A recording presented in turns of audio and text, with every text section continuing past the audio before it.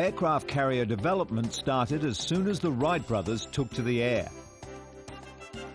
However, it wasn't until World War II that the practice of using planes off floating platforms was tested in combat conditions.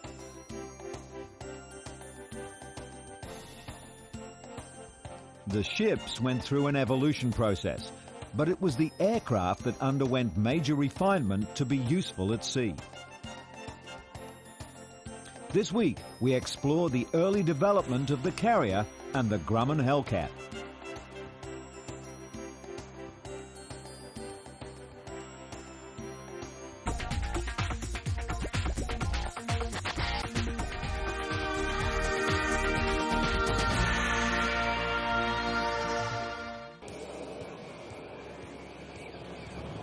This is a Grumman F-14A Tomcat. It's amongst today's ultimate weapons. It was conceived in the late 1960s to replace the F-4 Phantom.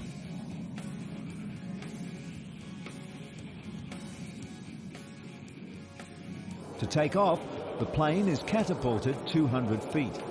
Within this distance, the plane will have accelerated to 170 miles per hour in 2.5 seconds.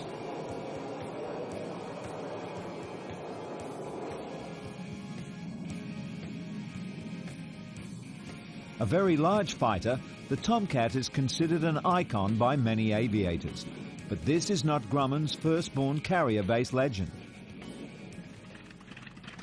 During World War II, aircraft development and improvement accelerated, and many great planes were the result. However, the Grumman Hellcat's military record stands alone. This plane was a total package. It had speed and maneuverability, and it was extremely sturdy. Ironically, one of the best fighters in history was basically an afterthought. The F-6F Hellcat was rushed into production and first entered combat on August the 31st, 1943. Today, after much trial and error, we're able to very successfully operate planes from aircraft carriers. The Harrier jump jet is one example of a modern naval fighter.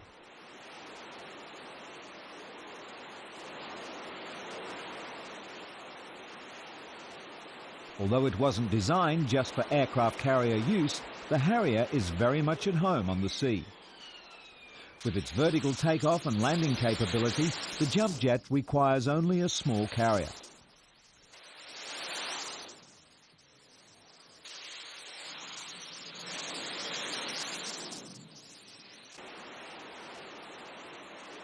For a smaller naval operation, the plane can even be flown from or landed on a ship's helipad.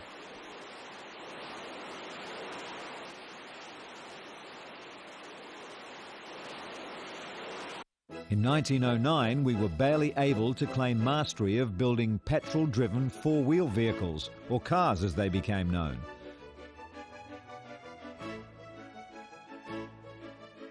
Yet some forward thinkers were already adapting the internal combustion engine to powering aircraft. In Virginia, during one of the Wright brothers' subsequent flights of their Kitty Hawk, a naval observer, Lieutenant George Sweet, reported back that the Navy must have that. It will be most important to us. With these words, Sweet basically instigated the joining of air power and naval power. The Navy's first attempts at air power concentrated on taking off and landing on water. In 1910, and again in Virginia, a civilian pilot named Eugene Healy tested the idea of taking off from a ship and landing on terra firma. He uses a wooden ramp built over the bow of a cruiser as a runway for a 50-horse-powered Curtiss. He's successful, and 2 months later he attempts the reverse, taking off on land and touching down on a ship. Again, he's successful. The next achievement towards aircraft and their use at sea occurred in 1921, when the US Navy ran bombing tests on captured ships. Brigadier General Billy Mitchell oversaw the operation. The newspapers were quick to announce that with such a devastating weapon as the plane, the day of the battleship was over. The Navy was quick to remind the media and people that the battleship used in the test was a sitting duck. It didn't return fire or in any way take defensive action. During 1922, the battleship Jupiter was transformed into the USA's first aircraft carrier. It was renamed USS Langley.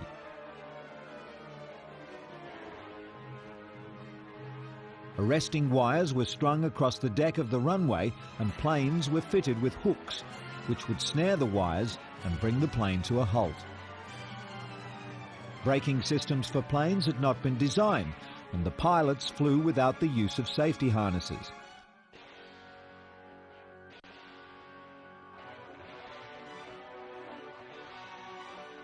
The first of many problems became apparent. The undercarriages were simply not strong enough to cope with the rough landings.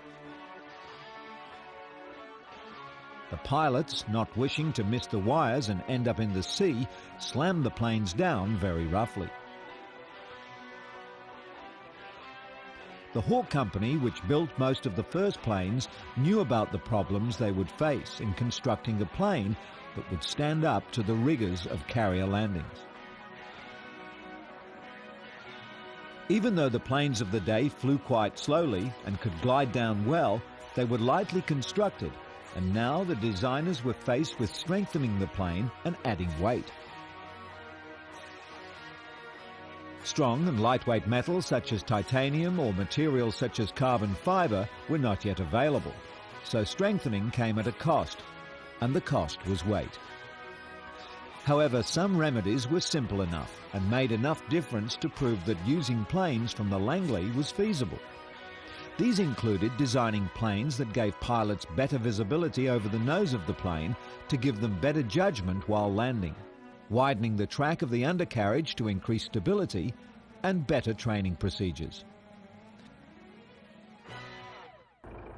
The British were also developing sea takeoffs, and this was one idea: the laying down of a buoyant runway. It was not overly successful. The British returned to the more conventional aircraft carrier and overcame the same problems as the Americans.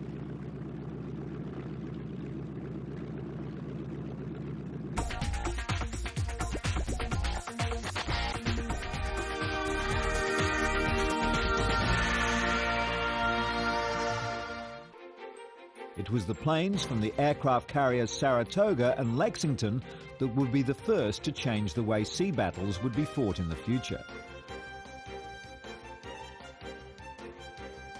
The location of the battles was north of Australia in the Coral Sea.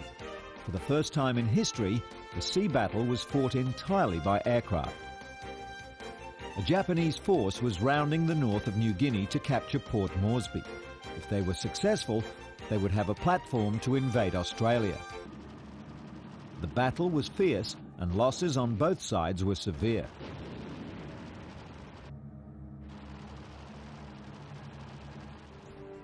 The Yorktown's flight deck received one hit from an aircraft's bomb, but survived. The Lexington, however, took 3 hits and sunk that night. A destroyer and an oiler were also sunk. The Japanese lost a carrier, with another one damaged. Only a month after the Coral Sea, Japanese codes were broken and the information was devastating to the Americans. It was learnt that Admiral Yamamoto was planning a massive attack on the strategically valuable Midway Islands. This battle was to become known historically as the Battle of Midway. The odds for the Americans seemed overwhelming. They had no battleships. The Japanese had 9. 8 American cruisers against a force of 15 Japanese cruisers. The American carriers, the Hornet, Yorktown and Enterprise, were to face 4 Japanese carriers. However, the Americans had one advantage, and that was surprise. The Japanese were unaware of the American carriers, and when the planes started their attack, the Japanese were caught with flight decks packed with planes, fuel, and high explosive bombs. In the commotion, they couldn't get their planes in the air quickly enough.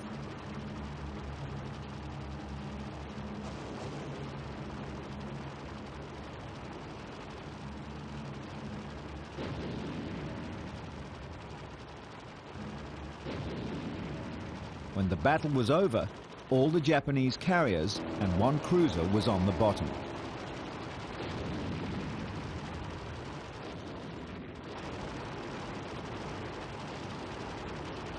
The Americans fared better, but still lost the carrier Yorktown with more than 100 aircraft.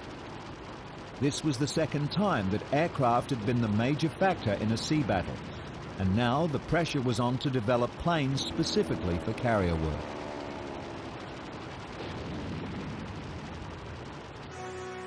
June 26, 1942, just after the Battle of Midway, a new plane rolled out from Grumman's factory. Some people interpreted the plane as the Grumman Wildcat's big brother, but this wasn't so. This was a totally new fighter. This plane was designed to even the score against the remarkable Japanese Mitsubishi Zero. The Zero had for some time beaten all others convincingly. It could outrun, outclimb, outmaneuver and outshoot anything in the sky over the Pacific from 1940 to 43.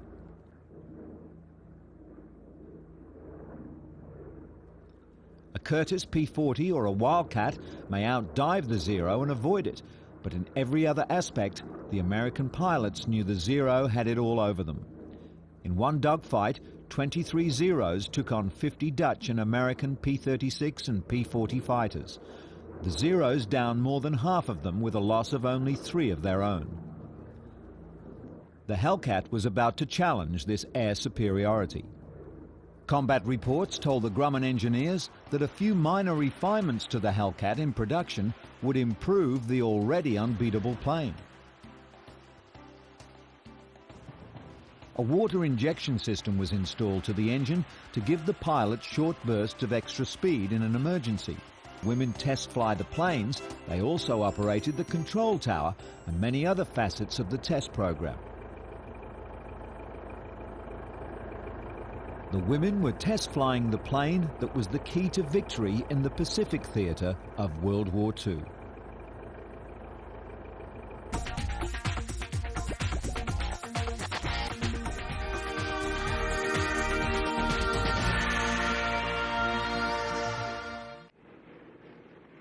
The Hellcat was primarily designed to be used on carriers, although a few were flown from land bases.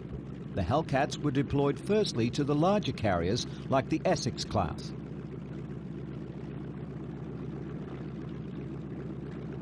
With the rate of aircraft losses due to the Zero, the Hellcat was pressed into service as quickly as possible. They literally packed the decks of the carrier groups with Hellcats. On April 5, 1943, a Hellcat squadron downed the first Zero, and this was the way it would be for the remainder of the war.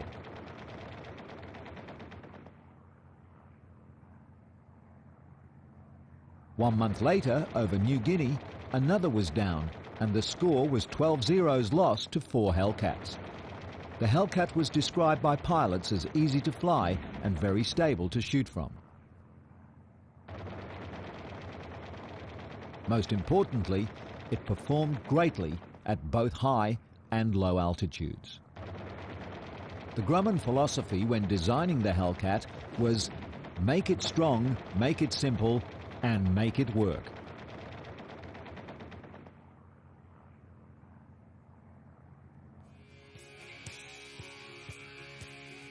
The Hellcat was in fact a reasonably simple machine, and it was definitely tough, and it did work extraordinarily well.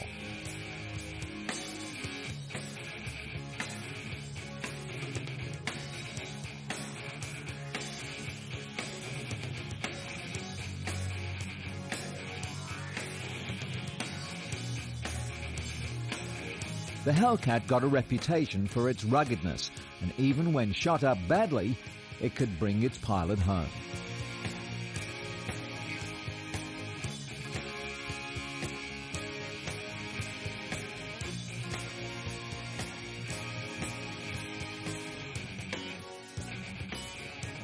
During June 1944, the Hellcat broke the back of the Japanese Zero.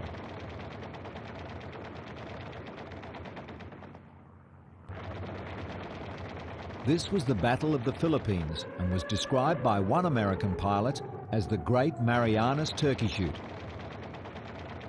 By the day's end, the Japanese had lost 356 planes. The Allies had lost just 16. It was one of the highest American kill ratios in a single day. Without the Hellcat, it's argued that the dominance of the Japanese Zero could have turned the war. It was only the Hellcat's ability to fight off the Zero that the Pacific theater was secured by the Allies.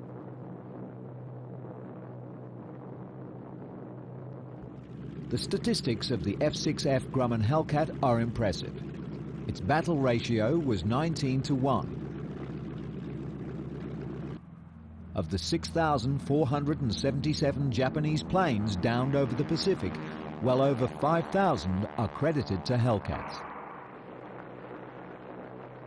The plane's dimensions: wingspan 42 feet 10 inches, fuselage length 33 feet 7 inches. The power plant in the early model was one 2,000 horsepower Pratt & Whitney R2800 double wasp two-row radial.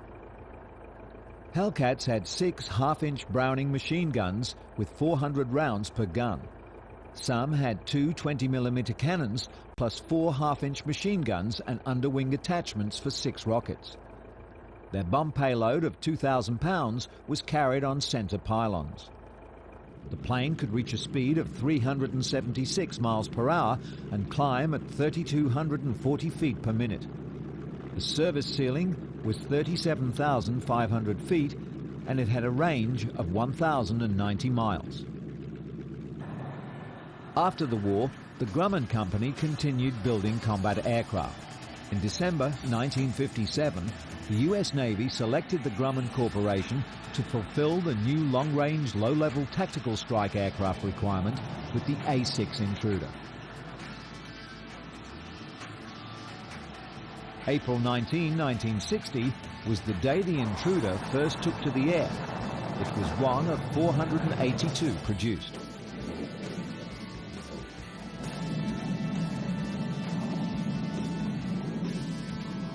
The upgraded A-6E, seen here, first flew on February 27, 1970, and introduced a multi-mode navigation attack radar system.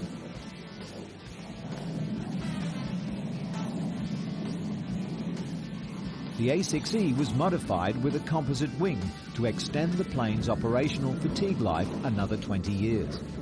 It was also equipped with a multiple-mode radar. The high-resolution real-beam ground mapping radar also provides terrain clearance and avoidance for low-level navigation. The transmitter, receiver and camera are located beneath the nose in a sensor turret for precision attacks against tactical targets at night and in adverse weather. The A-6E can deliver the Navy's entire arsenal of available air-to-ground weapons, from general-purpose bombs to ground attack missiles, including the AIM air-to-air missile. The integrated attack navigation weapon system, coupled with a 2-man side-by-side crew, significantly enhances crew coordination, situation awareness, and safety of flight. It was a subsonic 2-seat aircraft fitted with the ability to carry up to 15,000 pound or numerous types of munitions.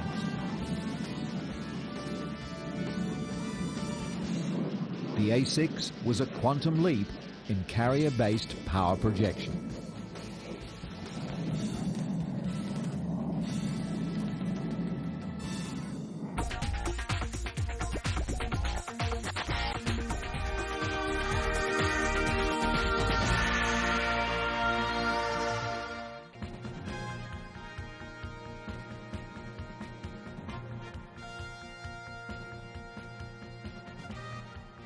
Join us again on our next search through our brief but fascinating history of flight and aviation.